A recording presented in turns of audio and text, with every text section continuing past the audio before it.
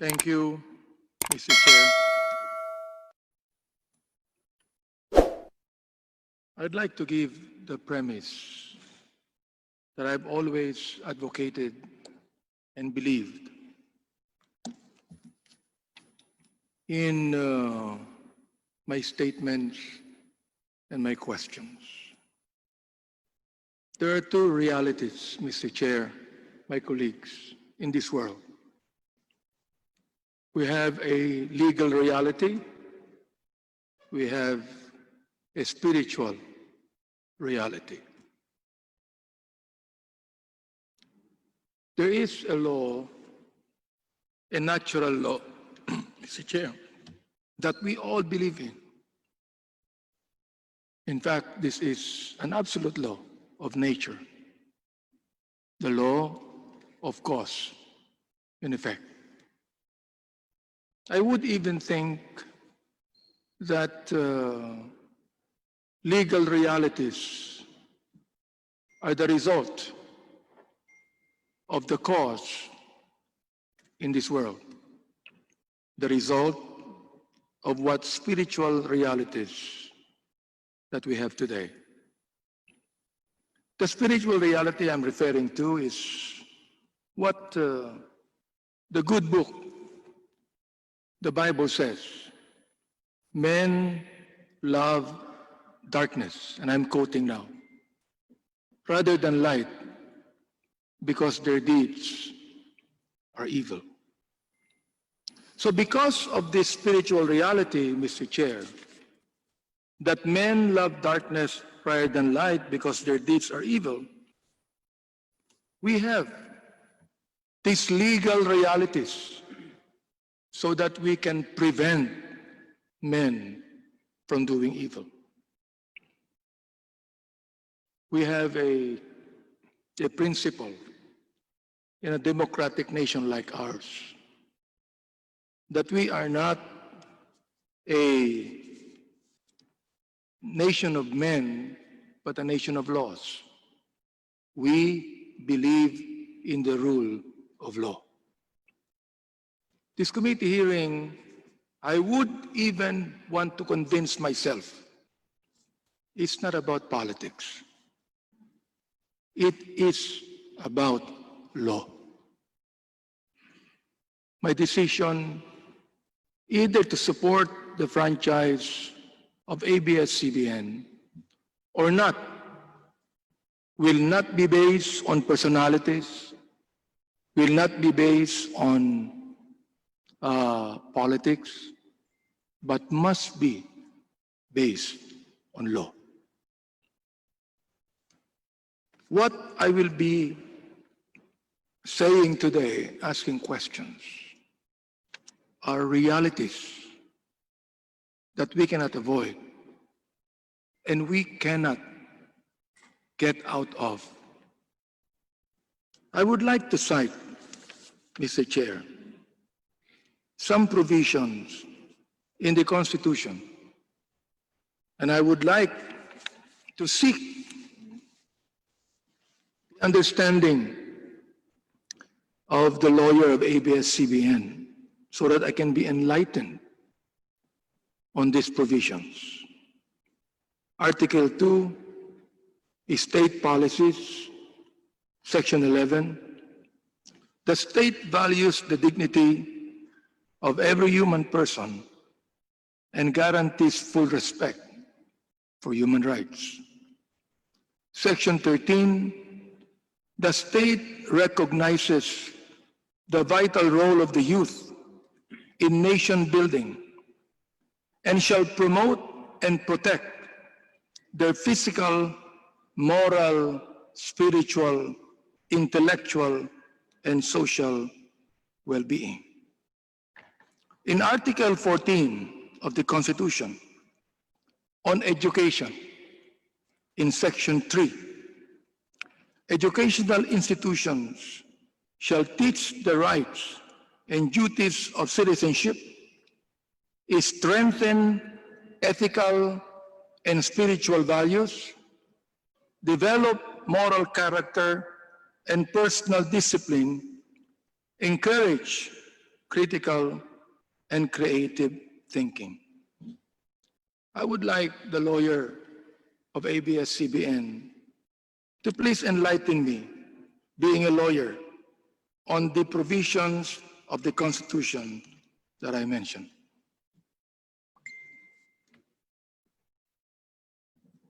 Mr. Chairman, request that Attorney Bautista be allowed Attorney to Bautista, speak.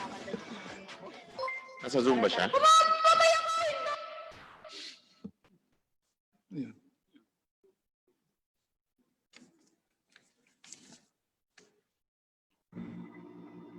Good afternoon po sa inyo lahat. Naririnig po ba ninyo ako? Pakilaksan lang po, Attorney Ayo. Is this better? Yan, sige po. Salamat po sa tanong ninyo, Congressman Abante. Yung pong state policies ay para pong advisory or recommendatory policies ng Constitution, but they have to be implemented by actual legislation. Kasi parang motherhood statements ito na sinasabi ng ating constitutional framers na ito dapat ang ating gawin. But they need specific implementing legislation. Yun lang po.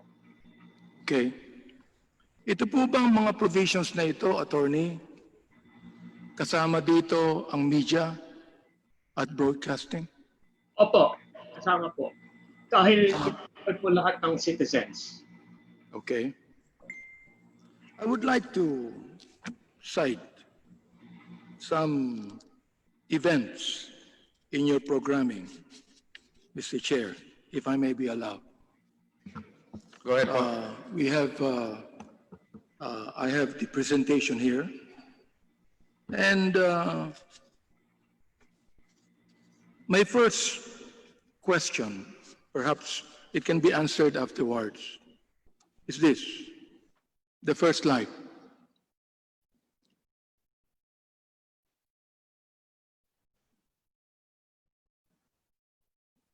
I think I gave that to you.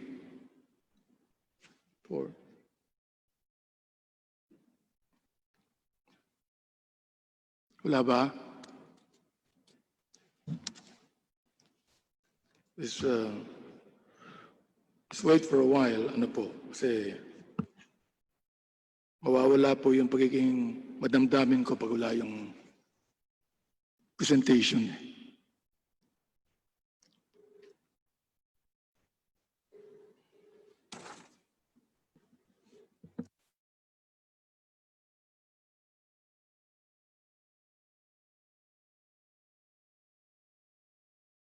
Ayan na po siya, Kong Abante.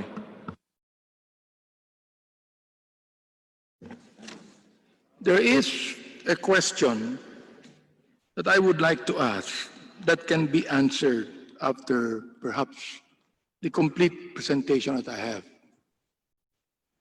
And this is the question. Is ABS-CBN, and I would like to say this, no, and I'm not picking on ABS-CBN alone. I believe that God has allowed this franchise issue to be tackled by Congress so that the other networks will realize the values of what I'm going to say. So this is not just ABS-CBN. This is all the networks that we have in our country today. So I would like to pose the question, and the answer would be afterwards. Is ABS-CBN following the 2004 implementing rules and regulations of Presidential Decree number 1986 as updated October 2012 on TV classification, applying contemporary Filipino cultural values as standard? That would be the comprehensive question, Mr. Chair. Next slide.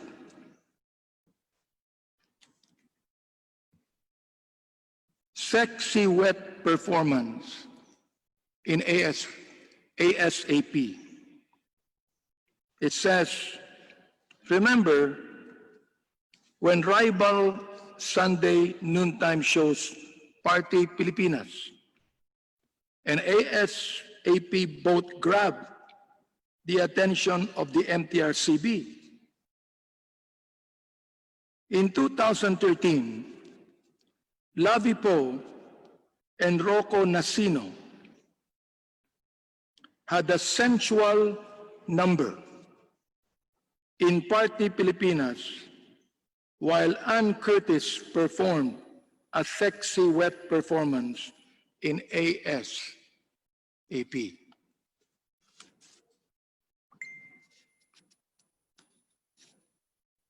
Next slide.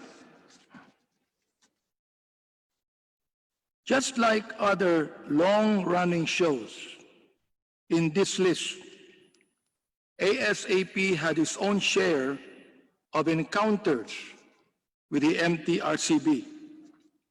One recent incident was Ann Curtis' 28th birthday production number, where she did a, I quote, wet performance of Rihanna's hit song, Diamonds. In the performance, aired in February 24, 2013, Anne wore a black strapless dress with a very high slit. Next slide.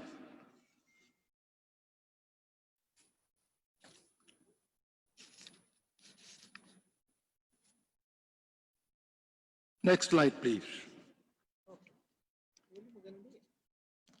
In June 2014, the MTRCB imposed strict rules on Pinoy Big Brother, all in following a controversy that involved housemate Jaime Halandoni posing nude for a painting.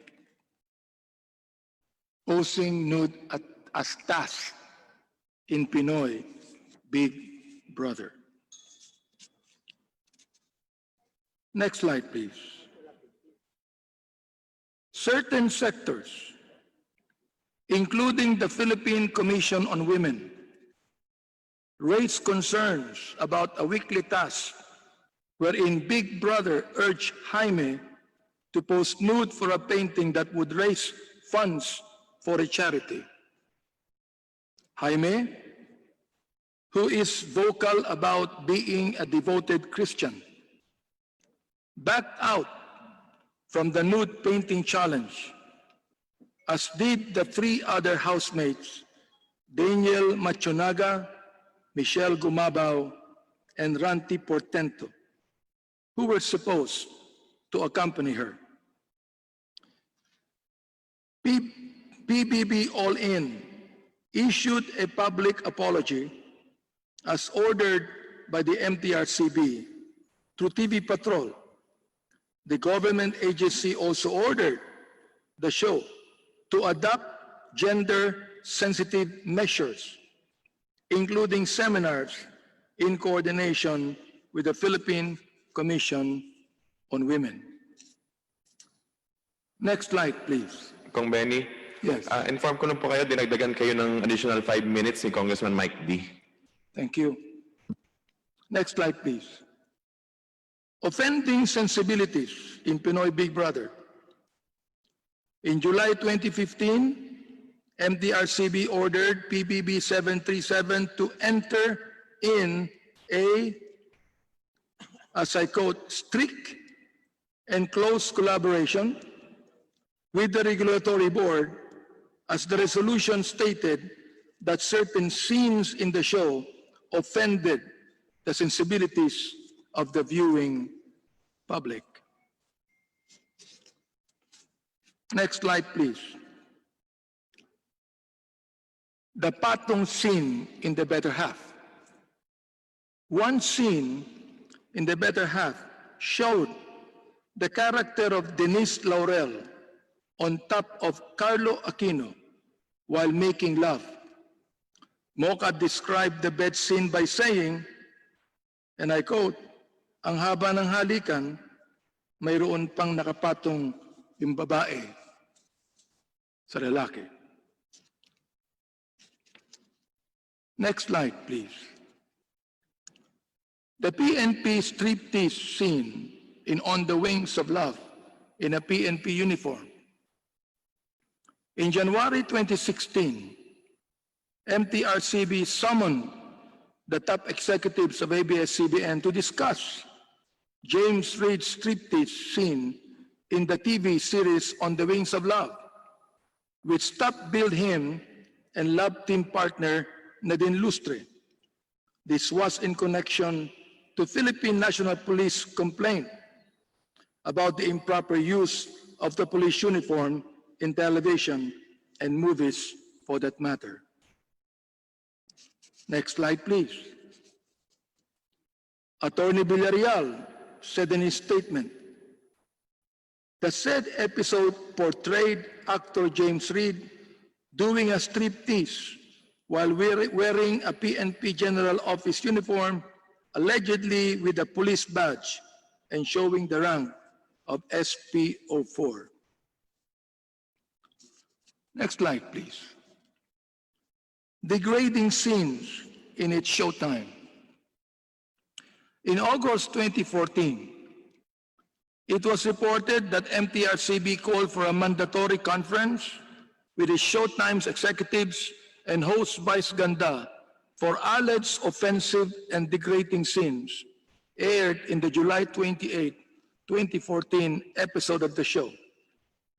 According to the letter signed by MTRCB Hearing and Adjudication Committee Co-Chairperson Eric Malyonga and committee members Bobby Andrews and Joey Romero, and I quote, "The challenge portion in the program segment entitled Gandang Lalaki showed program host Mr. Jose Vizeral, aka Vice Ganda, wiping off with a towel his sweaty armpit and smudged this towel all over the face of one of the program's male dancers."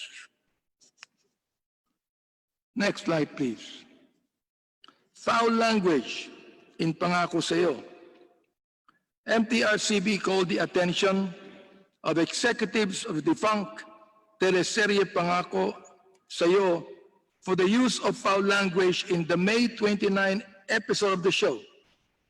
The episode in question, which happened 3 days after its pilot episode, featured a confrontation scene between Pilar Pilapil and Ian Veneracion.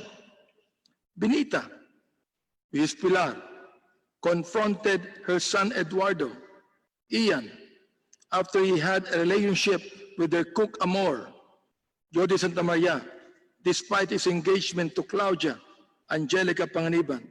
She told her son, "Kung pampalipas libog lang yan, that's okay. Go ahead." Next slide, please. Another foul language in Pangako Sa'yo, which was top-billed by Catherine Bernardo and Daniel Padilla, was placed at the 8:30 p.m. time slot where kids and younger audiences are expected to be awake. Next slide. Steamy car love scene in Till I Met You. In November 2016, MTRCB called for a meeting with executives of the Jadine primetime series Till I Met You. The episodes in question were aired from October 25 to 28, 2016. Viewers filed complaints about the steamy car love scene of James and Nadine aired on October 25, as well as the bathtub scene of the Jadine love team that aired in the succeeding episodes. Next slide.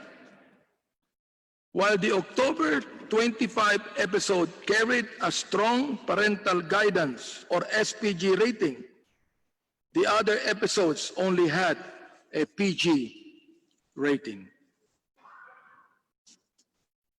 Another picture in next slide. X rating in Maalaala Mo Kaya. In 2012, Maalaala Mo Kaya's Cursed Beauty episode featuring Jane Onesa and Angel Aquino was initially given an X rating by the MTRCB, which means that it is not for public exhibition. This is the reason why MMK had to postpone its June 2, 2012 airing, since it was submitted again for another review to the MTRCB. The MMK episode tackled a sensitive topic, since Jane's character is a 15-year-old girl who is recurrently raped by her stepfather. Next slide. Angel's character, who played Jane's mother, reportedly assisted her live-in partner while doing the act of rape. Almost a month later, in June 28, MMK finally aired the controversial episode with an SPG rating. And so, I'd like to ask ABS-CBN, do you have a morality issue? Are we to assume, next slide, that if given another 25 years, these are the type of programs you will continue to air? The last question is, have you forsaken contemporary Filipino cultural values and morality in favor of the ratings? I'd like to ask ABS-CBN to please answer these questions. I would like to say this, not because, Mr. Chair, that I am a bishop, that I have a holier-than-thou attitude. No. I am not only a bishop, but I'm a family man. I have children, I have grandchildren. And even if MTRCB would issue a rating of SPG or whatever it might be, we've got to remember that TV is a public viewing, unlike the movies, where if it is rated only 16 years old and above can come and see the movie. 15 years and below cannot enter. That is not like television. May I ask, therefore, as our good attorney said, that the articles and the provisions I read in the Constitution also applies in broadcasting and media. May I now please ask the questions or give it to our ABS-CBN officials.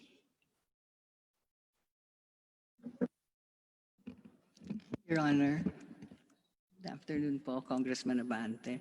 To your first question po about PD 1986, yes po, to your first question po, sa PD 1986, yung sa MTRCB po, yes po, we comply po with all the MTRCB program classifications that are recommended.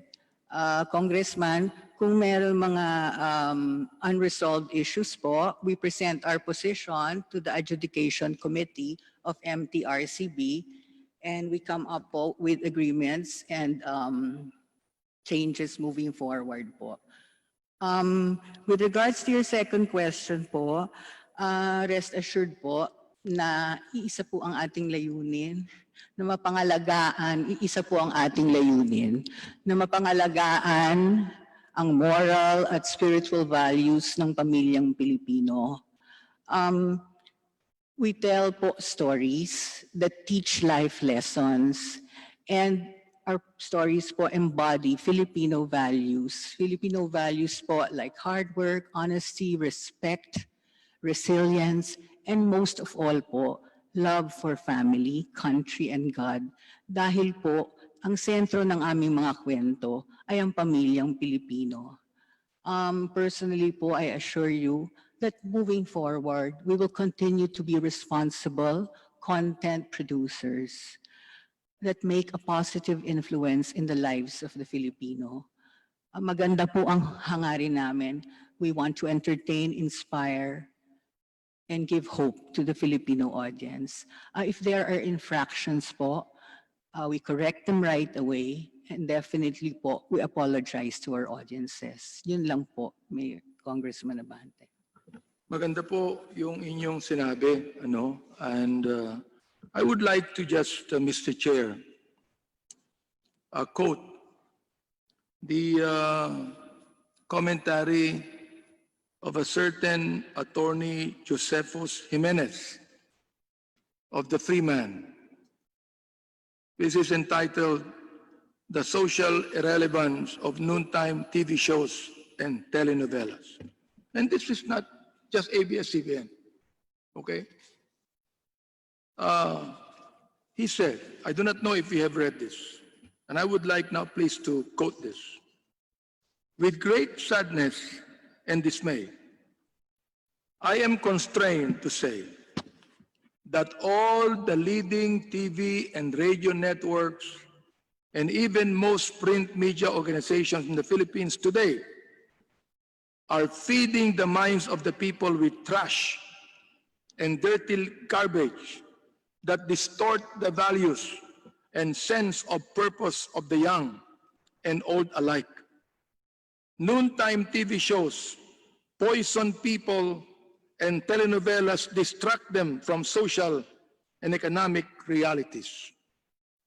Dirty jokes, lewd dances, and vulgar language pollute the airwaves and poison the Filipino soul.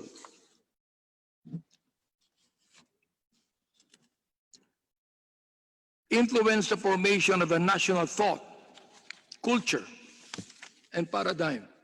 And that is how powerful the media is. In the Philippines, most of this media are just in it for the money. They don't have any sense of patriotism or love of country. It is pure business for them. All they are after are ads, circulation, and to some even envelopmental journalism, being bribed to push a selfish or insidious advocacy. They don't think of the larger implications of what they publish to the long-range strategies and objectives of the nation. What the people see and hear reflect the kind of nation we have. The print and broadcast media here in the Philippines, and in fairness, in many other third world countries, are fixated on making money through ads to fuel consumerism and market liberalism, disregarding the loftier purposes of value formation to build a strong nation and a people of a sturdy character and values. The national government agencies that regulate print and broadcast media are either manned by incompetent executives who are political appointees without a noble purpose, or being bribed not to censor or suspend erring practitioners and network. Noontime shows that propagate the people's culture of mendicancy. The host gives money and jackets, all of those things. So I would like to ask the ABS-CBN, just like what Attorney Jimenez here, Josephus Jimenez, asked. Ang sabi niya rito my question is simple. What is the social relevance of all this? What are the redeeming social values? He further said, I have a very high respect for Boy Abunda. He is one of the more sensible TV hosts, which include Karen Davila, Ted Filon, and Tina Monsoon Falma. but Boy Abunda's hackneyed questions, and I quote, sex or chocolate, lights on or lights out, the best time of the day to have sex, irritate me. Ang sabi ni Attorney Jimenez, what do these questions have to do with building a strong value system and national character for our nation and people? He said, I paused for any reply. I think until now, there was no reply. And perhaps right now, Abs-Cbn has the chance to be able to answer them. Kung Abante, before ko po pasagutin yung ABS, inform ko lang po yun na binigyan kayo ng additional time tulad ni Congressman Mike D, ni Congressman Tony Pet Albano. Additional 5 minutes po. Thank you po. Thank you. Thank you very much. ABS. Congressman Abante, Yes. we have continued to work on improving our content through the years po. There is no intention to give the audience trash. Kasi po, mahal namin ang audience namin and we are here to serve them. Ang Channel 2 po has a general audience. Ay, Please let opo. me interrupt. I do realize that you have no bad intention. Opo. But what is said is already said. And even if you do not have any bad intention, the fact that they were said to others who are viewing it, it's not good. Yes, I acknowledge that, Congressman Abante. And moving forward, we'll make sure po. I was just going to say po, in Channel 2 kasi, we have a general audience. So, sinisigurado po namin na nabibigyan namin ng audience ng iba't ibang kwento at karanasan para po masagot namin ang iba't ibang pangangailangan ng mga miyembro ng pamilya. Hindi po kami nagsasabi or nagmamalinis. As we said, we may be imperfect, but we continue to strive to work on those imperfections. And I take note po, Congressman Abante, of all the insights, all the observations, and moving forward po, we will make sure we address them. Ito po, I hope that the other networks are listening and watching. Ito, media rin po ang nagtatanong eh. Media rin ang nagsasabi. Opo, sapagkat yun namang audience natin, wala naman silang lakas na loob magsalita eh. No. Ngayon, pagdating dito sa Kongreso, syempre, I have to be objective with everything I say. Yes po. I cannot be biased, no? For example, like sabi ni Jason sa kanina, bias kayo. Tatanungin ko sana siya kung siya hindi bias. Ganoon din naman eh. Di ba? While in reality, Mr. Chair, sana mag-point of order ako kanina kay Jason sapagkat alam na sa social media na panay ang tira niya sa inyo eh. Oo. So, here is a guy that says you are biased in your reporting and he does not even have the authority to say he's not biased. Pero ito po, media nagsasabi ha, in a particular column in Philippine Star, an opinion targeted TVs and radio networks on the issue of, and I would like to quote, feeding the minds of the people with trash and dirty garbage that distort the value and sense of purpose of the young and old alike. Now, I know you do not have this intention, but these words are real and honest that is being done by a television network. Now, let me ask a question to you. If you say that you do not do this and that you value the families, how can we correct this?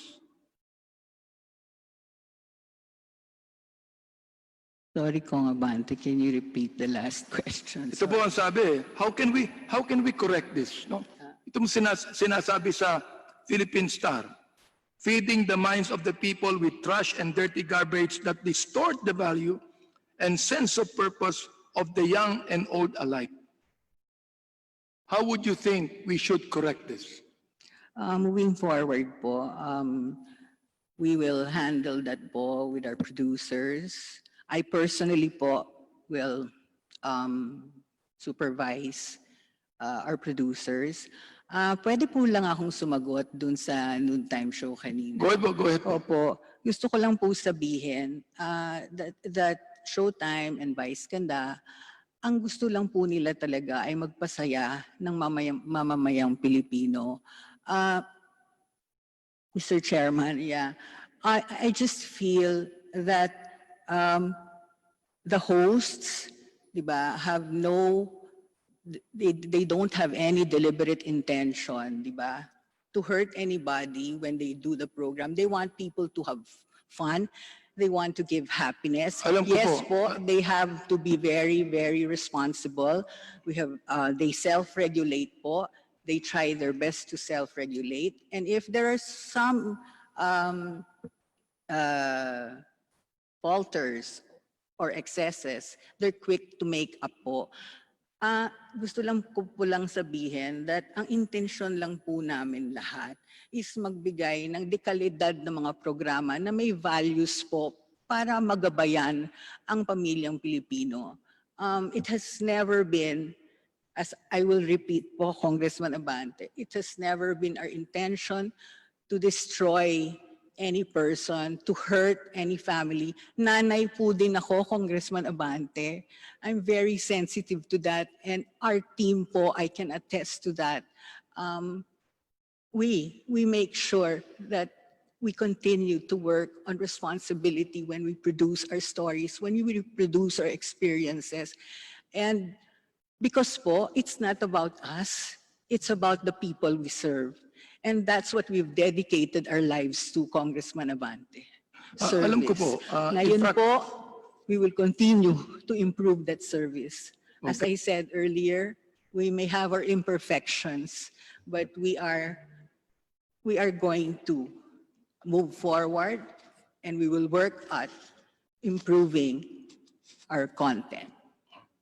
Salamat po sa inyong kasagutan. Alam ko po yun and pinapasalamatan ko po yun. Salamat You po. know, at alam ko naman na sa mga question pong ito, maaaring maging kontribida ako sapagkat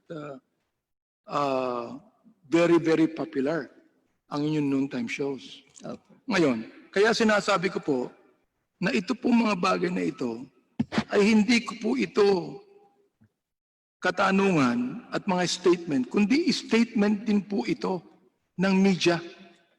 Oo.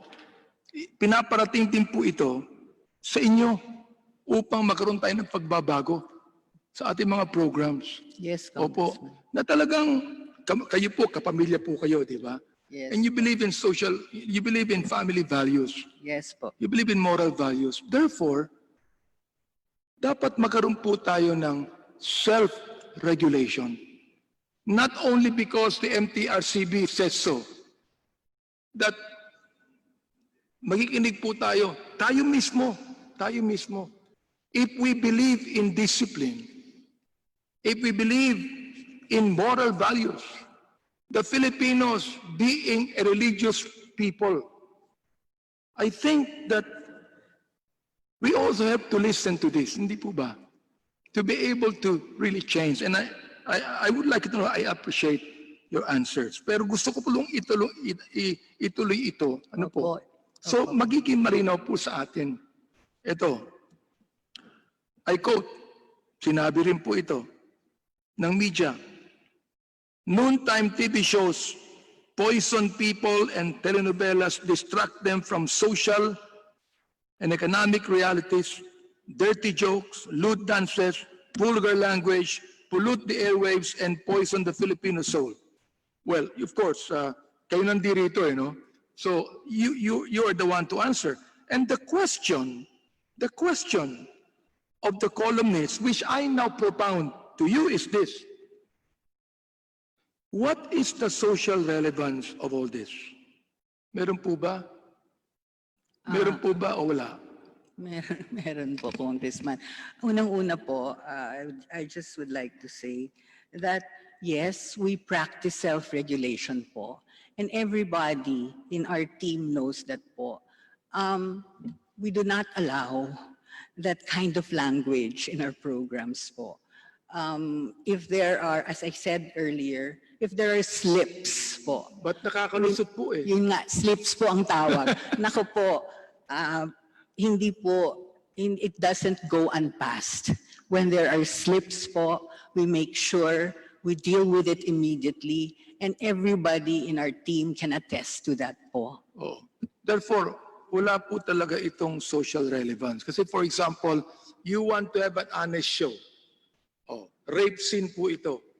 Ibig nyo sabihin, to be honest, that you will actually vividly picture a rape scene in public? Of course not. Of course not. Of course not. Di po ba? Of course not. Of course not. So therefore, Yeah, gusto ko of rin course tanungin, not. nakalagay po dito, what are the redeeming social values? There's no redeeming social values. Congressman, sandali lang Opo, po. opo. Yeah, I will answer you. Yung pong sinasabi niyo, sexual scenes. Number one po, we have no scene of any show that's focused on just sex. Number two po, if there are sexual scenes, these are only used po to establish relationships at hindi po short, hindi siya mahabang scenes po. It's only used to establish relationships and heighten conflict. Pero po, sana makita yung kabuuan ng mga kwento namin. Hindi lang scenes isolated from the story. Kasi pag nakita po ninyo yung kabuuan ng kwento, doon nyo na-appreciate that all our programs po stand for Filipino values, as I said earlier. So, dahil pamilya po ay importante sa amin, the values of family, malasakit sa bayan, at pagmamahal sa Diyos po, nakikita natin. Even our contradidas po have redeeming values in there. They have learnings. They learn later on to forgive instead of just have a life of revenge. Marami pong lessons na gano'n na even the contradidas po learn towards it. And that's the redeeming value po.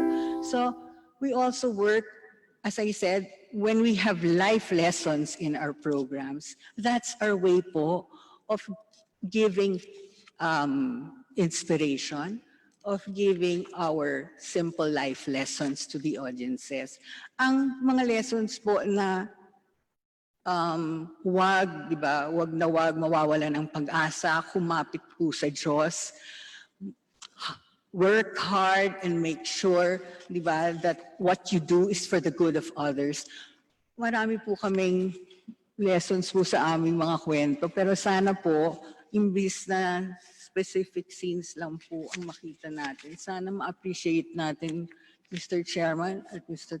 Congressman Abante, yung kabuuan ng programa at yung nadadala at nadudulot niyang inspirasyon at pag-asa sa aming mga manonood. Yun lang po. Naniniwala po ako doon sa kabuuan. Kinakailangang i-judge ang isang program sa kabuuan. Pero pag nagpapakita po ron sa kabuuan ng patong scene, kahit po kayong nanay, hindi niyo papayagan eh. Hindi po ba?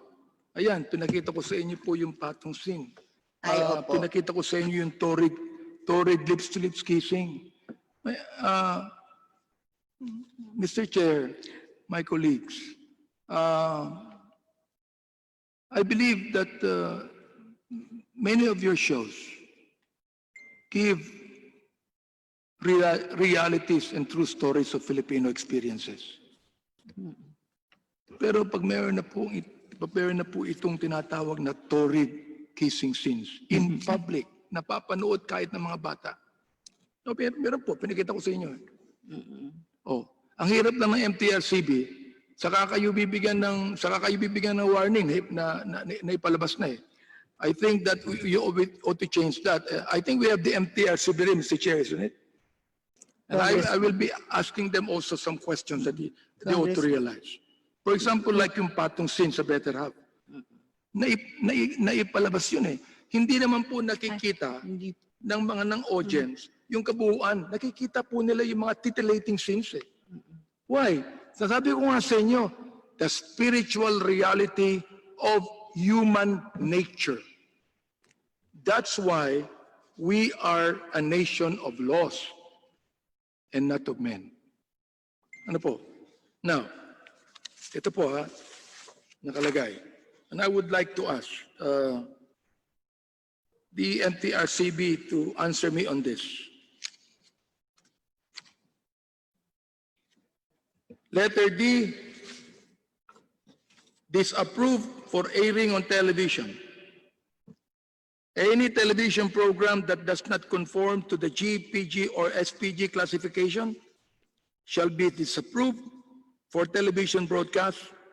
The material shall be disapproved for television broadcast if, in the judgment of the board applying contemporary Filipino culture values as standard, it is objectionable for being immoral, indecent, contrary to law, and of good customs, injurious to the prestige of the Republic of the Philippines or its people, or with a dangerous tendency to encourage the commission of violence or of a wrong or crime, such as but not limited to the work depicts in a patently lewd, offensive, or demeaning manner excretory functions and sexual conduct such as sexual intercourse, masturbation, and exhibition of the genitals. I would like to ask the MTRCB to please enlighten me on this. And why is it that you're only warning our television networks after airing what we may say a violation of your rule? MTRCB, Executive Director Anne Menzo, pakisagot po yung tanong ni Congressman Abante.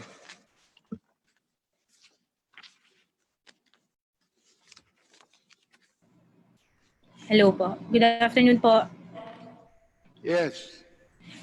To answer your question, sir, MTRCB requires the network to submit a program, an episode of their program, and then it is reviewed by our board members. They are a committee of 3.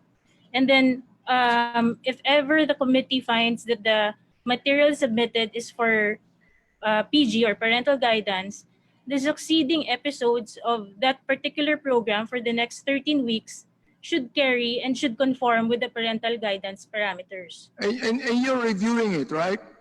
Only one episode, Congressman. Just One a sample episode. episode. So then, pinapalabas yan, and afterwards you issue a warning. Once, Question is, bakit na ipapalabas? And then you issue a warning. we only review one sample episode, Congressman. And then the networks for the next 13 weeks will exercise self-regulation, Yun. making sure that the succeeding episodes will conform to the rating given based on the sample episode submitted and reviewed by the board.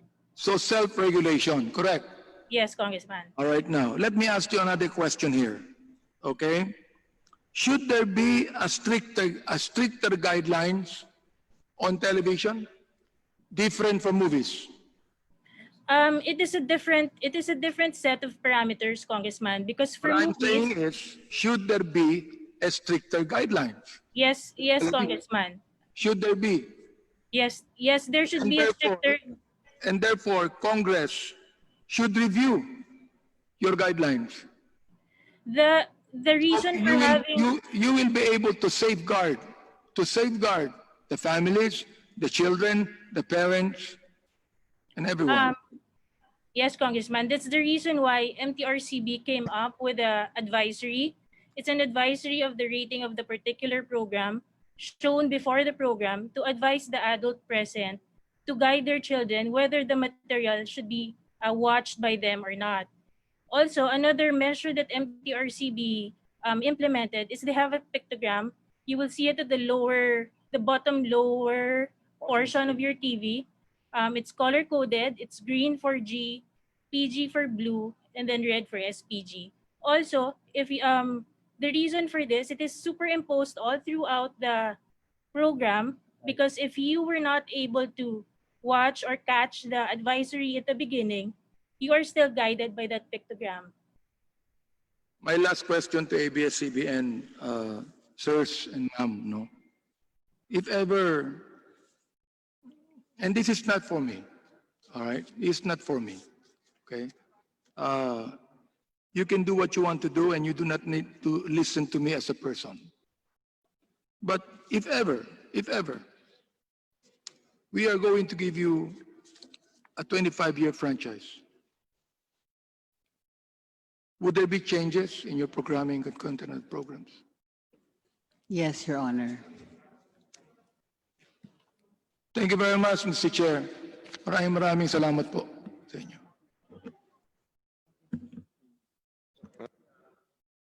Maraming salamat po, Congressman Abante. Ang next po na mag-interpellate ay si Congresswoman Sol Aragones na nagkaroon ng additional 5 minutes galing kay